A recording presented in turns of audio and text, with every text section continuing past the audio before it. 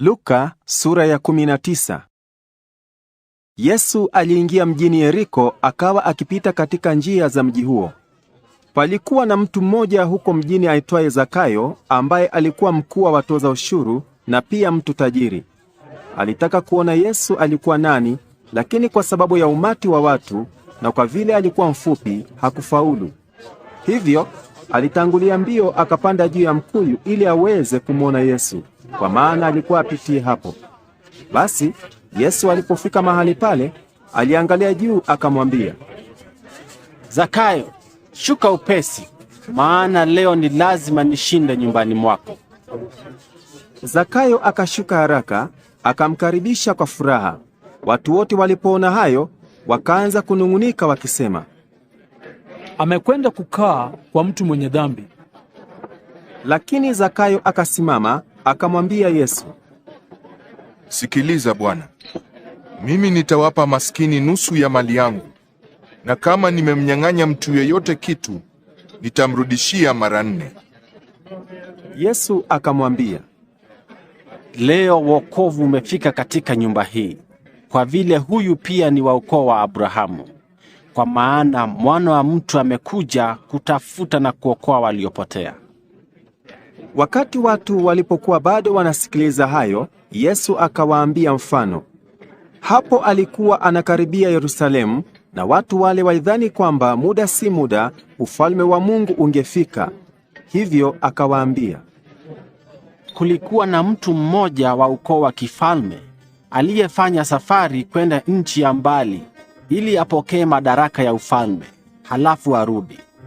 Basi kabla ya kuondoka, aliwaita watumishi wake 10, akawapa kiasi cha fedha kila mmoja na kuwaambia, Fanyeni nazo biashara mpaka nitakaporudi. Lakini wananchi wenzake walimchukia, na hivyo wakatuma wajumbe waende wakaseme, Hatumtaki huyu atutawale. Huyo mtu mashuhuri alirudi nyumbani baada ya kufanywa mfalme, na mara akaamuru wale watumishi aliowapa zile fedha waitwe, ili aweze kujua kila mmoja amepata faida gani. Mtumishi wa kwanza akatokea, akasema, Bwana, faida iliyopatikana ni mara 10 ya zile fedha ulizonipa. Naye akamwambia, Vema, wewe ni mtumishi mwema. Kwa kuwa umekuwa mwaminifu katika jambo dogo, utakuwa na madaraka juu ya miji 10. Mtumishi wa pili akaja, akasema, Bwana, faida iliyopatikana ni mara 5 ya zile fedha ulizonipa. Naye akamwambia pia, nawe utakuwa na madaraka juu ya miji 5. Mtumishi mwingine akaja, akasema, Chukua fedha yako, niliificha salama katika kitambaa, kwa maana niliogopa kwa sababu wewe ni mtu mkali. Wewe ni mtu ambaye huchukua yasiyo yako na kuchuma ambacho hukupanda. Naye akamwambia, na kuhukumu kutokana na msemo wako, ewe mtumishi mbaya. Ulijua kwamba mimi ni mtu mkali, ambaye huchukua yasiyo yangu na kuchuma nisichopanda. Kwa nini basi hukuiweka fedha yangu benki, nami ningeichukua pamoja na faida baada ya kurudi kwangu? Hapo akawaambia wale waliokuwa pale, Mnyang'anyeni hiyo fedha, mkampe yule aliyepata faida mara 10. Nao wakamwambia, Lakini Bwana, huyo ana faida ya kiasi hicho mara 10. Naye akawajibu, Kila aliye na kitu atapewa na kuzidishiwa, lakini yule asiye na kitu, hata kile alicho nacho kitachukuliwa. Na sasa, kuhusu hao maadui wangu ambao hawapendi niwe mfalme wao, waleteni hapa, mkawaue papa hapa mbele yangu. Yesu alisema hayo, kisha akatangulia mbele yao kuelekea Yerusalemu. Alipokaribia kufika Bethfage na Bethania, karibu na mlima Mizeituni, aliwatuma wanafunzi wake 2. Akawaambia, Nendeni katika kijiji kilicho mbele yenu. Mtakapokuwa mnaingia kijijini, mtamkuta mwanapunda amefungwa ambaye hajatumiwa na mtu. Mfungueni, mkamlete hapa.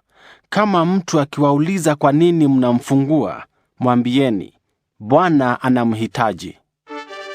Basi wakaenda, wakakuta sawa kama alivyowaambia. Walipokuwa wanamfungua yule mwanapunda, wenyewe wakawauliza, "Kwa nini mnamfungua mwanapunda huyu?" Nao wakawajibu, "Bwana anamhitaji." Basi wakampelekea Yesu yule mwanapunda. Kisha wakatandika mavazi yao juu yake, wakampandisha Yesu juu yake. Yesu akaendelea na safari, na watu wakatandaza mavazi yao barabarani. Alipofika karibu na Yerusalemu, katika mteremko wa mlima wa Mizeituni, umati wote na wanafunzi wake wakaanza kushangilia na kumtukuza Mungu kwa sauti kubwa kwa sababu ya mambo makuu waliyoyaona. Wakawa wanasema, "Abarikiwe mfalme ajaye kwa jina la Bwana. Amani mbinguni na utukufu juu mbinguni." Hapo baadhi ya Mafarisayo waliokuwako katika lile kundi la watu wakamwambia Yesu, "Mwalimu, wanyamazishe wanafunzi wako." Yesu akawajibu, Nawaambieni, kama hawa wakinyamaza, hakika hayo mawe yatapaza sauti. Alipokaribia zaidi na kuona ule mji, Yesu aliulilia akisema, Laiti ungelijua leo hii mambo yaletayo amani, lakini sasa yamefichika machoni pako. Maana siku zaja ambapo adui zako watakuzungushia maboma, watakuzingira na kukusonga pande zote. Watakuponda-ponda wewe pamoja na watoto wako ndani ya kuta zako. Hawatakuachia hata jiwe moja juu ya jingine, kwa sababu hukutambua wakati Mungu alipokujia kukuokoa.